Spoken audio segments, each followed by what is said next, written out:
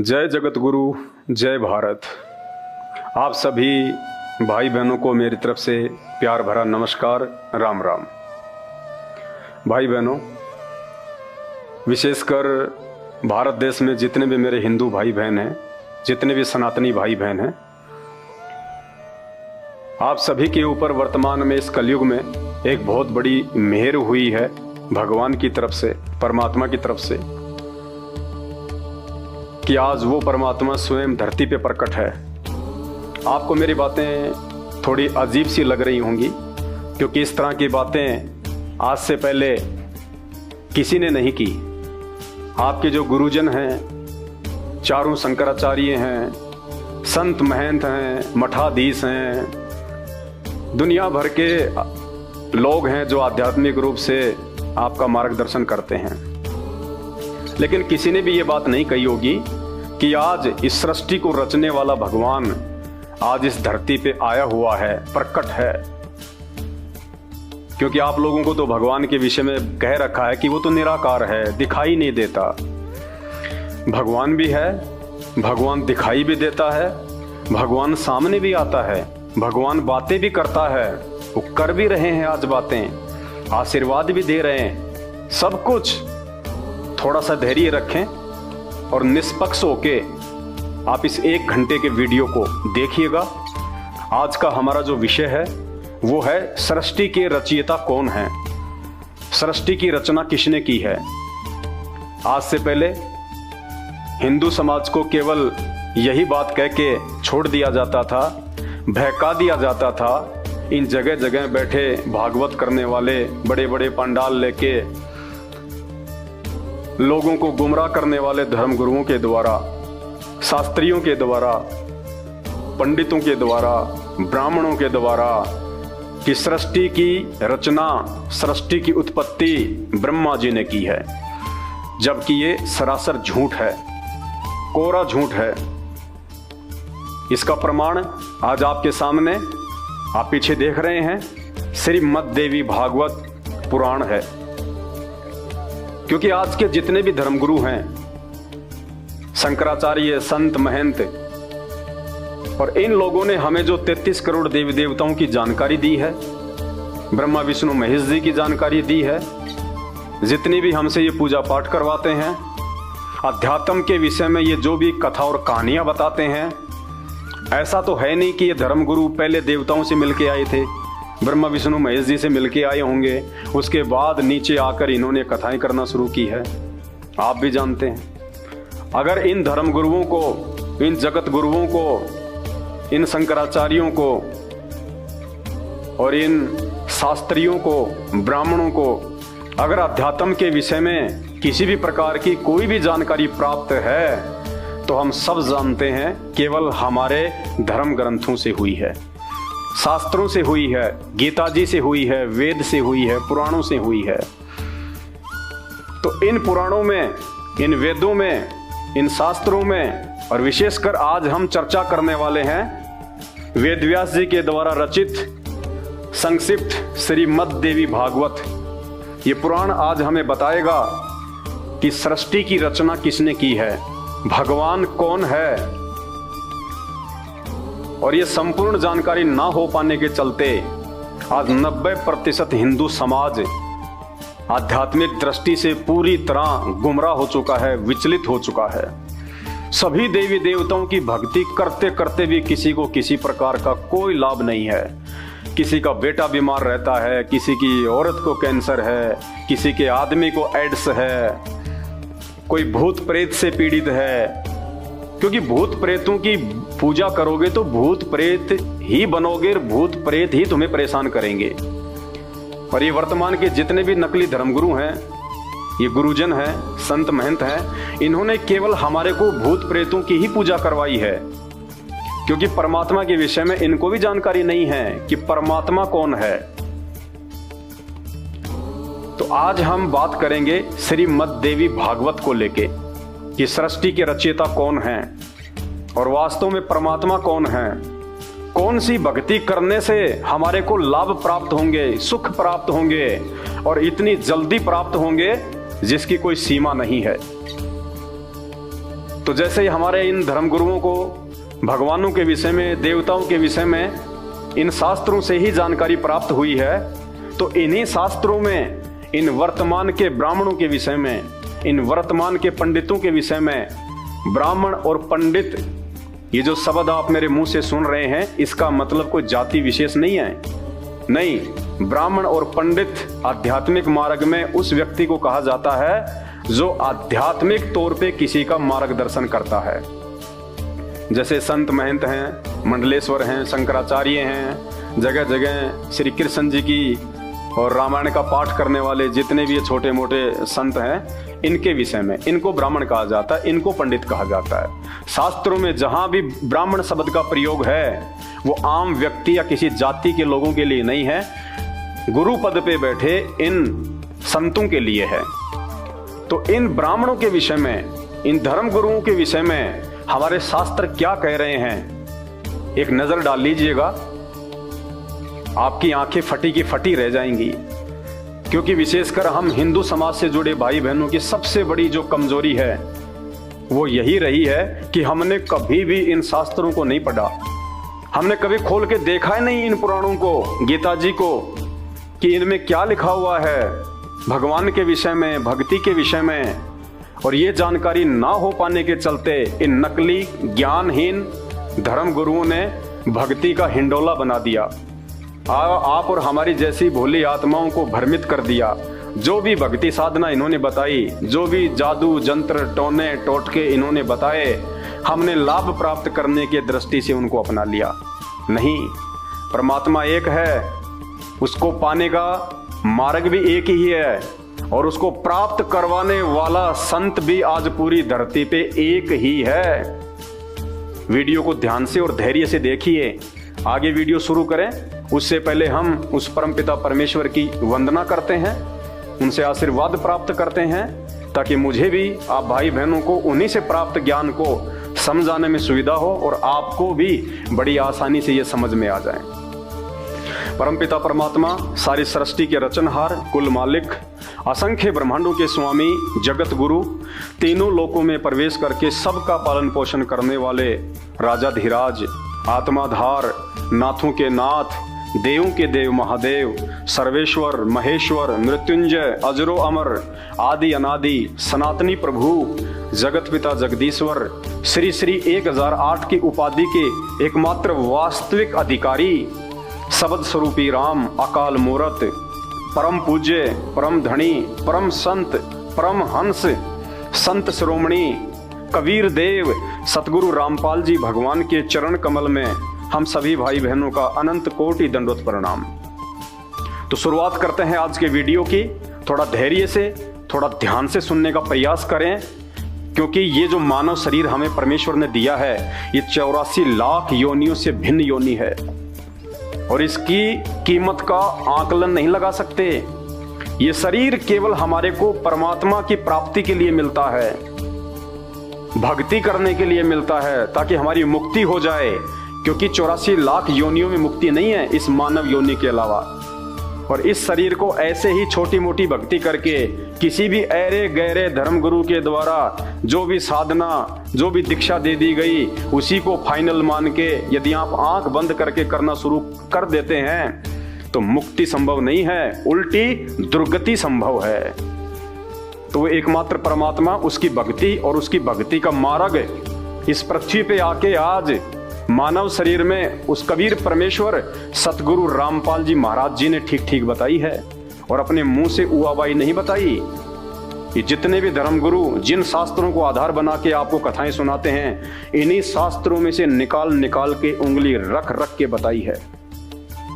इन्होंने केवल आपको मीठी मीठी बातें सुना के, भिलनी और राम की, श्री कृष्ण जी और सुदामा की मीठी मीठी कथाएं सुना सुना के केवल इन्होंने धर्म को धंधा बना के अपना पेट भरा है। इनको आपके सुख दुख से कोई लेना देना नहीं है। तो इन पंडितों के विषय में, इन ब्राह्मणों के विषय में, ये गुरु पद पे बैठे हुए जगह जगह तमाम ज्ञानहीन धर्म गुरुओं के विषय में श्रीमद् देवी भागवत क्या कह रही है कि वर्तमान के जो ब्राह्मण हैं, जो कलयुग के ब्राह्मण हैं, वो क्या हैं, उनका स्वभाव कैसा होगा, उनका चरित्र कैसा होगा, धर्म के प्रति उनका ज्ञान कैसा होगा, सब कुछ हमारे धर्मशास्त्रों में लिखा हुआ है। अगर हम इनको पहले ही अपनी आंखों से पढ़ लेते तो शायद आज हम धोखा नहीं खाते इन नकलियों के चक्करों में आके। आज हम अपनी दुर्गतियां नहीं करवाते, एक परमेश्वर की भक्ति करते, सच्चा सतगुरु बनाते और फिर हमारे सारे काम ऐसे होते बड़ी आसानी से।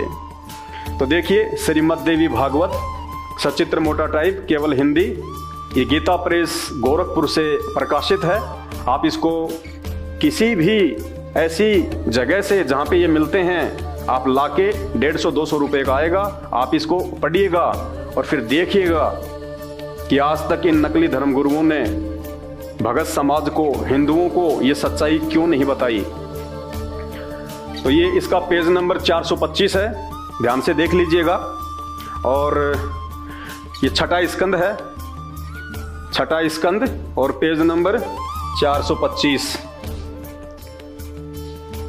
एथेंटिक है, ओरिजिनल है, किसी प्रकार की कोई मिलावट नहीं है। जो चीजें आपको यहां दिखाई जाएंगी जब आप बाजार से लेके आएंगे वही चीज आपको मिलेगी। तो परम पूज्य सतगुरु रामपाल जी भगवान ने जो शास्त्रों में सच्चाई जो बताई है, दास उन्हीं के आदेश अनुसार, दास उन्हीं के वचन अनुसार सारी चीजें आपको बता रहा है। आप समझने का प्रयास करें और इस काल के जाल से निकलें, इन नकली धर्मगुरुओं को त्यागें जो आपका जीवन बर्बाद कर रहे हैं। आपका मानव शरीर, आपकी श्वासें दिन प्रतिदिन बर्बाद होती जा रही हैं। तो वर्तमान के जो ब्राह्मण हैं, जो पंडित हैं हिंदुस्तान में जितने भी हैं, छोटे से लेके बड़ा, उनके विषय में क्या लिखा गया है। जन्मेजय ने पूछा, ये जन्मेजय कौन था? ये पांडवों का अंतिम वंशज था, राजा परीक्षित का बेटा जन्मेजय। जन्मेजय वेदव्यास जी से पूछ रहे हैं किस युग में धर्म का कैसा स्वरूप है। इस संपूर्ण विषय को विशेष रूप से बताने की कृपा करें। तो व्यास जी क्या बोल रहे हैं, सुनो, मैं इस विषय में तुम्हें एक दृष्टांत दे रहा हूं। साधु पुरुषों के चित्त भी युग के प्रभाव से प्रभावित होकर भ्रम में पड़ जाते हैं। राजेंद्र, जैसे तुम्हारे पिताजी थे यानी राजा परीक्षित, जिन्होंने काल प्रभाव से, बहुत अच्छे राजा थे, धर्म में बहुत रुचि थी, उसके बाद भी काल के प्रभाव से उन्होंने एक तपस्वी के गले में मरा हुआ सांप डाल दिया। उस तपस्वी ने उनको श्राप दे दिया, जिस कारण से उनको तक्षक नाग ने डसा और उनकी मृत्यु हुई। तो वेदव्यास जी कह रहे हैं कि जैसे जैसे युग का प्रभाव नीचे गिरता जाता है, जैसे पहले सतयुग था, फिर त्रेता में आए, फिर द्वापर में आए, ये कलयुग आ गया, तो जैसे जैसे युग नीचे आते हैं वैसे वैसे जो धर्म होता है उसकी हानि होती चली जाती है। यद्यपि धर्म में उनकी निष्ठा थी, महात्मा पुरुष थे राजन, फिर भी कलयुग के प्रभाव से उनकी बुद्धि मारी गई और वे ब्राह्मण का तिरस्कार करने में तत्पर हो गए। अन्यथा यताति के उच्च कुल में उत्पन्न हुए वे क्षत्रिय नरेश एक तपस्वी के गले में मरा हुआ सर्प क्यों लपेटते? राजन, ये सब युग का प्रभाव है। राजन, ये निश्चय है कि सतयुग में ब्राह्मण वेद के पूर्ण विद्वान थे, उनके द्वारा निरंतर भगवती जगदम्बा यानी दुर्गा जी का आराधना होती थी। अब देखिए, आप इसको ध्यान से पढ़िएगा। वेदव्यास जी कह रहे हैं कि सतयुग के ब्राह्मण वेदों के पूर्ण विद्वान थे और उनके द्वारा जो पूजा पाठ जो की जाती थी और जो करवाई जाती थी वो किसकी? दुर्गा जी की, जगदम्बा की। जबकि ये सरासर झूठ है, कोरा पाखंड है, इसमें कोई सच्चाई नहीं है। वेदव्यास जी को भी संपूर्ण आध्यात्मिक ज्ञान नहीं था। वेदव्यास जी की ड्यूटी भगवान के द्वारा केवल लिखवाने की थी, शास्त्र लिखवाने की थी। कौन सा भगवान? नकली भगवान। कौन सा नकली भगवान? ब्रह्मा विष्णु महेश का पिता, काल, दुर्गा का पति, जो सबको उलझा के रखता है इस अज्ञान में। तो उस काल के द्वारा वेदव्यास जी की ड्यूटी केवल ये शास्त्रों को लिखने की थी। तो वेदव्यास जी को भी संपूर्ण ज्ञान नहीं है और वेदव्यास जी कह रहे हैं कि सतयुग के ब्राह्मण वेदों के पूर्ण ज्ञाता थे और निरंतर भगवती जगदम्बा की आराधना करते थे। अब वेदव्यास जी से कोई पूछे या वर्तमान के नकली संतों से कोई पूछे, इन शंकराचार्यों से कोई पूछे जो वेदों की पूर्ण ज्ञाता हैं, आप भी लाके वेदों को देख सकते हैं। समझ तो नहीं सकते, लेकिन आप उनको जो है वो पढ़ सकते हैं। चारों वेदों में कहीं भी जगदम्बा शब्द नहीं मिलेगा, आपको कोई दुर्गा शब्द नहीं मिलेगा। चारों वेदों में कहीं भी आपको जो है शेरा वाली माता, जगदम्बा, दुर्गा, इसकी पूजा का विधान नहीं मिलेगा, नाम ही नहीं मिलेगा आपको। ना श्री कृष्ण का नाम मिलेगा, ना किसी राम का नाम मिलेगा चारों वेदों में। अरे जब नाम ही नहीं है तो फिर पूजा कहां से आ गई? और इसी देवी भागवत पुराण में ये देवी, ये जगदम्बा स्वयं कह रही है कि मेरी भी पूजा नहीं करनी चाहिए, पूजा मेरे पति की करनी चाहिए, जिसको काल कहते हैं, जिसको ब्रह्म कहते हैं। आगे आपको वीडियो के द्वारा बताएंगे। फिलहाल इस कलयुग के जो ब्राह्मण हैं, वर्तमान के जो धर्म गुरु हैं, ये क्या हैं और कैसे हैं और कितना इनको शास्त्रों का ज्ञान है, वेदव्यास जी बता रहे हैं। राजन, ये निश्चय है कि सतयुग में ब्राह्मण वेद के पूर्ण विद्वान थे। उनके द्वारा निरंतर भगवती जगदम्बा की आराधना होती थी, जो कि कोरा झूठ है। भगवती का दर्शन करने के लिए उनका मन सदा लालायित रहता था। गायत्री के ध्यान, प्राणायाम और जप में वे अपना सारा समय व्यतीत करते थे। माया बीज का जप करना, देखो माया बीज का जप करना, जबकि चारों वेदों में केवल ओम नाम का जाप लिखा हुआ है, केवल ओम नाम। इसके अलावा चारों वेदों में दूसरा कोई भी मंत्र जाप नहीं है। और चारों वेदों का सार गीता जी अध्याय नंबर 8 और श्लोक नंबर 13, ओम इति एक अक्षर ब्रह्म व्यवहारण माम अनुसमरण ये प्रियाति तजम देहम सयाति प्रमाम गतम। केवल एक ओम मंत्र का जाप पूरी गीता जी में, बाकी कोई हरे रामा हरे कृष्णा राधे राधे श्याम मिला दे, ओम नमः भागवते, कुछ नहीं है। ओम नमः शिवाय कोई मंत्र जाप नहीं है पूरी गीता जी में, चारों वेदों में, एक ओम मंत्र के अलावा। फिर ये माया बीज कहां से आ गया? ये उन ब्राह्मणों की अपनी सोच, मनमुखी सोच, इसीलिए तो आज ये पूरे समाज का बेड़ा गर्क करके बैठे हैं। माया बीज का जप करना उनका प्रधान कार्य था, जबकि गीता जी में चारों वेदों में माया बीज का कोई जिक्र ही नहीं है। मनमुखी।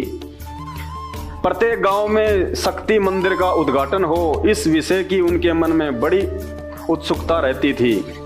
प्राय सब लोग सत्य, दया और सोच से युक्त होकर अपना कार्य संपन्न करते थे। तत्व ज्ञान के पारगामी उन ब्राह्मणों को तत्व ज्ञान की तो उन ब्राह्मणों को छींट भी नहीं थी। छींट भी क्या होती है? छींट भी नहीं थी उनको। वो जानते नहीं थे कि ये तत्व ज्ञान होता क्या है। तत्व ज्ञान होना तो बहुत दूर की बात है। उस तत्व ज्ञान से लबालब आज सतगुरु रामपाल जी हैं इस पूरी धरती पे, पूरी पृथ्वी पे। इनके अलावा किसी को तत्व ज्ञान की छींट भी नहीं है। गीता जी अध्याय नंबर 15 श्लोक नंबर 104, गीता जी अध्याय नंबर 4 श्लोक नंबर 34, भगवान कह रहे हैं कि अर्जुन, अगर तुझे पूर्ण आध्यात्मिक ज्ञान चाहिए, पूर्ण मोक्ष की जानकारी चाहिए, 84 लाख योनियों से बाहर निकलना है, और यहां भी अगर तुझे सुख प्राप्त करना है जब तक तेरा जीवन है, तो किसी तत्वदर्शी संत की खोज करके उसके बताए अनुसार भक्ति कर। यानी श्री कृष्ण जी जो कि पांडवों के गुरु थे, वो भी मना कर रहे हैं कि मेरे पास भी कोई भक्ति नहीं है। वो कह रहे हैं कि किसी तत्वदर्शी संत की खोज कर। अगर श्री कृष्ण जी स्वयं ही तत्वदर्शी संत होते तो अर्जुन को कह देते कि मैं ही हूं वो तत्वदर्शी संत अर्जुन। लेकिन नहीं, वो तत्वदर्शी संत ना तो श्री कृष्ण जी को प्राप्त था, ना श्री अर्जुन जी को प्राप्त था। ये आप और हमारा सौभाग्य है कि वो तत्वदर्शी संत आज इस धरती पे संत रामपाल जी के रूप में प्रकट है।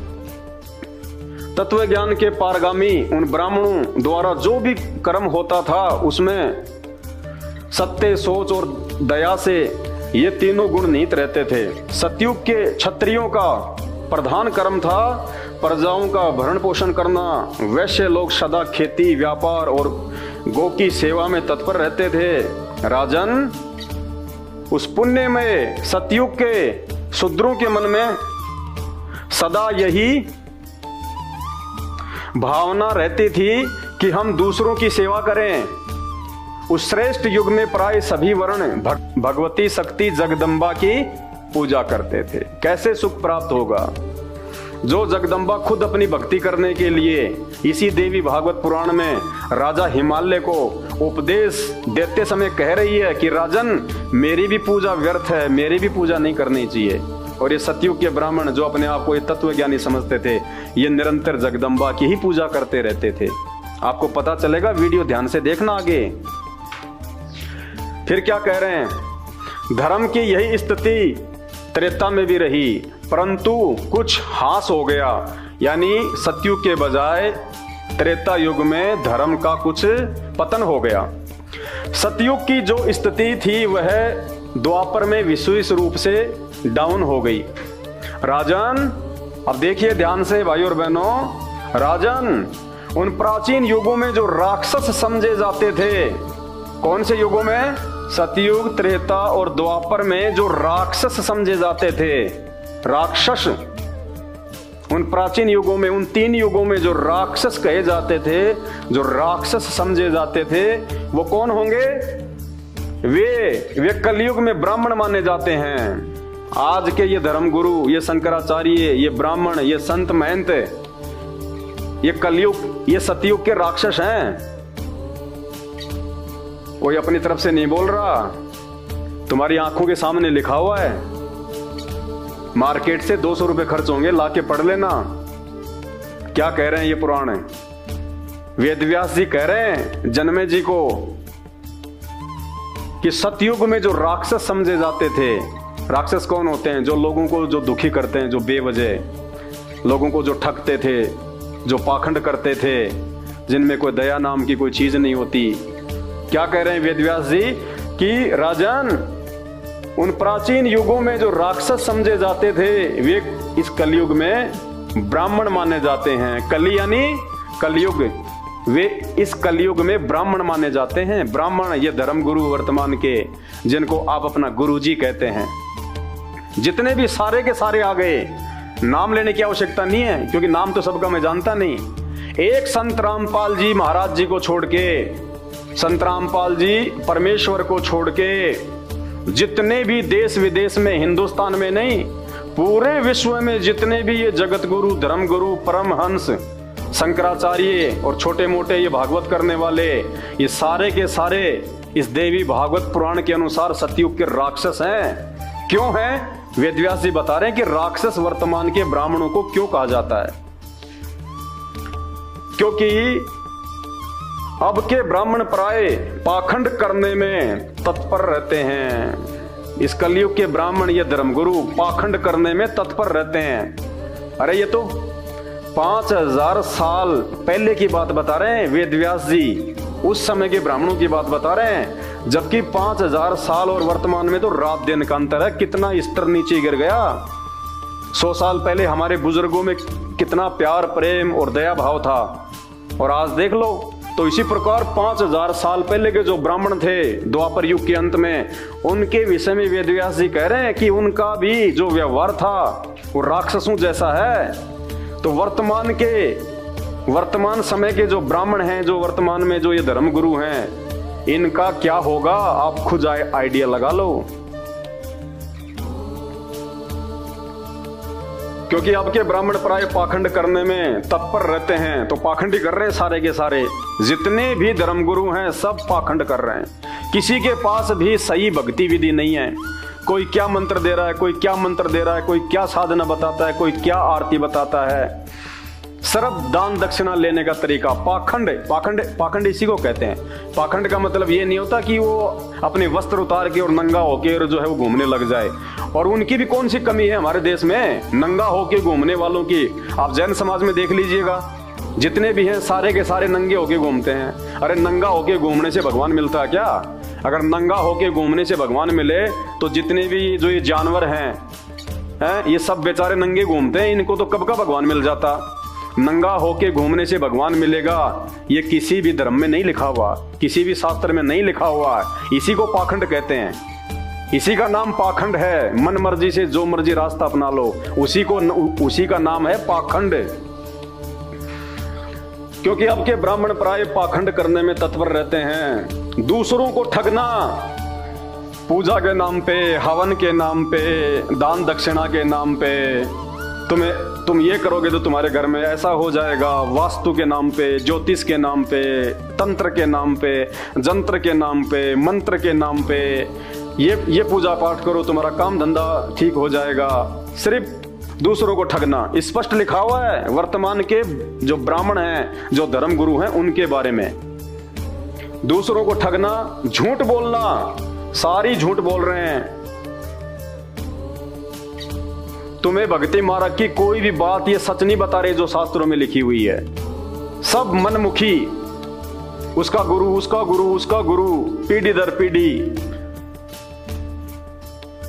भक्ति से संबंधित वास्तविक कोई भी जानकारी ये अपने भक्तों को नहीं बता रहे, क्योंकि भक्ति की यथार्थ जानकारी केवल हमारे धर्म शास्त्रों में है। तो कहते हैं पाखंड करना, दूसरों को ठगना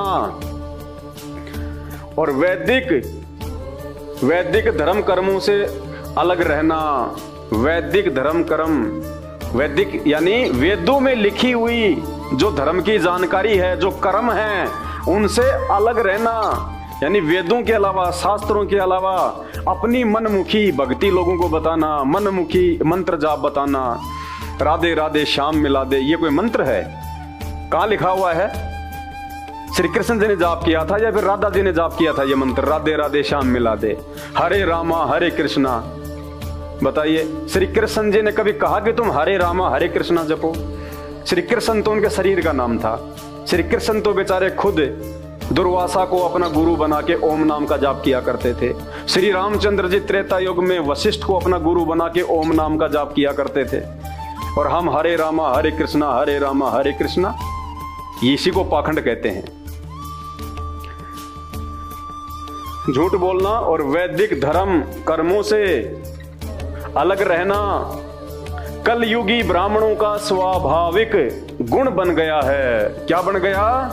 कलयुगी ब्राह्मणों का स्वभाव बन गया। ये लोगों को ठगना, केवल दान दक्षिणा के लिए पाखंड करना, एक कर्म कांड करवाना, वेदों और गीता जी के अनुसार भक्ति नहीं बताना, जबकि गीता जी में तो केवल एक ओम मंत्र है और वो ओम मंत्र भी उसी गुरु के द्वारा दिया हुआ काम करेगा जो तत्वदर्शी होगा।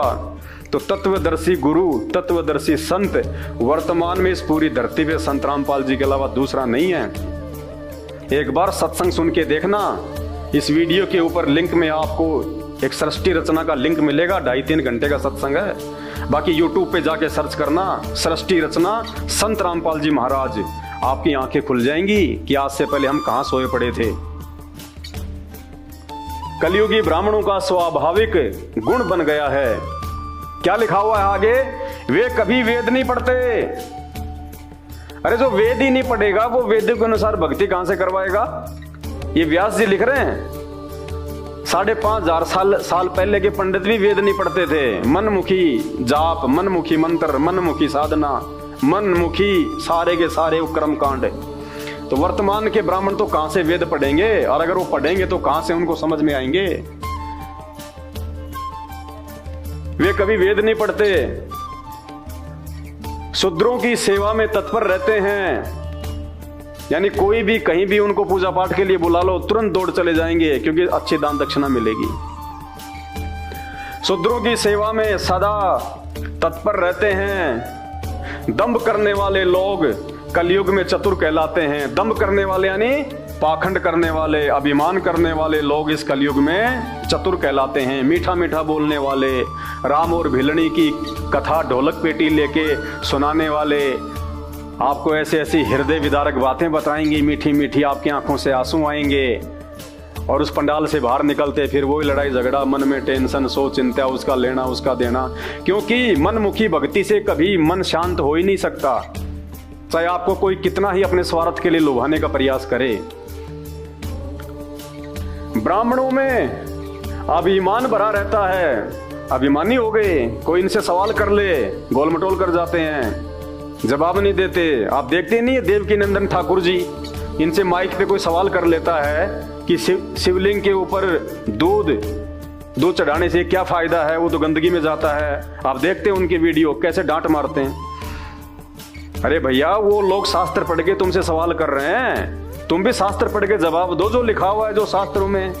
शिवलिंग की पूजा कहाँ लिखी हुई है, कौन से वेद में लिखी हुई है? गीता जी में कहाँ कहा है कि आपको शिवलिंग की पूजा करनी चाहिए? मनमुखी साधना खुद भी कर रहे हो, लोगों को भी करवा रहे हो, अंत में खुद भी नरक में, तुम्हारे भगत भी नरक में। तो क्या कह रहे हैं व्यास जी? देखो, ये बातें मैं नहीं बोल रहा अपनी तरफ से, ना मेरे गुरुदेव ने बोली अपनी तरफ से। जिन धर्मशास्त्रों को आप जी हिंदू समाज के मानते हो और बिल्कुल विश्वसनीय मानते हो, उन्हीं शास्त्रों में लिखा हुआ है, ये झूठ नहीं है। अनेक प्रकार से असत धर्मों के प्रचार करने वाले, मनमुखी प्रचार करने वाले कितने ही ब्राह्मणों का ऐसा स्वभाव बन गया है कि वे वेदों की निंदा करते हैं। वेदों की निंदा करने का मतलब, वेद पढ़ेंगे आपके सामने, रखे हैं चारों वेद, आपको वेदों से पढ़ाएंगे, लेकिन उन वेदों में लिखी गई बातों के विपरीत आपको भक्ति और भगवान की जानकारी देना, उसको कहते हैं वेदों की जो है वो निंदा करना। यानी वेदों के विपरीत आध्यात्मिक ज्ञान देना, वेदों की निंदा करना होता है। वेदों की निंदा करते हैं, उनके मन में क्रूरता भरी रहती है, दुष्टता भरी रहती है उनके मन में। वे धर्म का कभी पालन नहीं करते और व्यर्थ वाद विवाद में लगे रहते हैं। इनको टीवी चैनलों पे कोई भी बुला ले डिबेट के लिए, आपस में मुर्गे की तरह लड़ते हैं। मैं नीचे ना गिर जाऊं, मैं नीचे ना गिर जाऊं, चाहे झूठ बोलना पड़े, चाहे पाखंड करना पड़े, कुछ भी करना पड़े, मुर्गे की तरह लड़ते हैं आपस में ये। तो क्या कह रहे हैं यहाँ पे वेदव्यास जी? वे धर्म का कभी पालन नहीं करते और व्यर्थ वाद विवाद में लगे रहते हैं। कोई सवाल कर ले तो फालतू की बातों से उसको शांत कर देते हैं। राजन, जैसे जैसे कलयुग की वृद्धि होती है, वैसे वैसे ही सत्य मूलक धर्म का अभाव होता चला जाता है। क्षत्रिय, वैश्य और शूद्र भी इसी प्रकार से अधार्मिक हो जाते हैं। अब क्षत्रिय, वैश्य और शूद्र की तो बेचारों की क्या गलती है? जब ब्राह्मण उनको ज्ञान ही उल्टा बताएंगे, उनको शास्त्रों से विपरीत भक्ति बताएंगे, कोई सही भगवान की जानकारी नहीं देंगे, तो बिना भक्ति के तो जीव का भला हो ही नहीं सकता। तो आम व्यक्ति की बेचारों की क्या जानकर जो है वो गलती है? भाई जैसे खेत है, उस खेत की बेचारे की क्या गलती है? उस खेत में जो बीज डालने वाला डालेगा, खेत तो वैसा ही उत्पन्न कर देगा। खेत में अगर भांग डालोगे तो बेचारा भांग पैदा कर देगा, गेहूं डालोगे तो गेहूं पैदा कर देगा। वो तो डालने वाले की गलती है, वो कौन सा बीज डाल रहा है। तो भक्तों की कोई गलती नहीं है, आप और हमारी कोई गलती नहीं है। हमें जैसा इन धर्म गुरुओं ने भक्ति बता दी, हमने वैसी कर ली और आज सबके सब दुखी हैं। सबके घर में महाकष्ट, लड़ाई झगड़े, बीमारी, किसी को सुख नहीं है। भक्ति करते करते भी ना किसी की कोई मर्यादा है। भक्ति भी कर रहे हैं, आरती भी कर रहे हैं, मन में आए तब अपना कोई नशा भी कर लेते हैं, मांस भी खा लेते हैं, गुटखा और जर्दा भी खा लेते हैं। चोरी जारी, रिश्वतखोरी, भ्रष्टाचारी, मिलावट करना, क्योंकि मर्यादा नहीं है। मर्यादा हो ही नहीं सकती जब तक आप शास्त्रों के अनुसार भक्ति और अपना सच्चा गुरु बना के नहीं करोगे, तब तक आपकी मर्यादा रह ही नहीं सकती। और बिना मर्यादा के आपको भक्ति से कोई लाभ नहीं मिल सकता। इसी प्रकार से अधार्मिक हो जाते हैं। यही दशा कलयुग में इतर वर्णों की भी है। पाप करने और झूठ बोलने में किसी को कोई हिचक नहीं है। राजन, शूद्र के धर्म से संबंध रखने वाले कलयुगी ब्राह्मण सदा प्रतिग्रह लेने में तत्पर रहेंगे। और भी बहुत सारी बातें इसमें लिखी हुई है।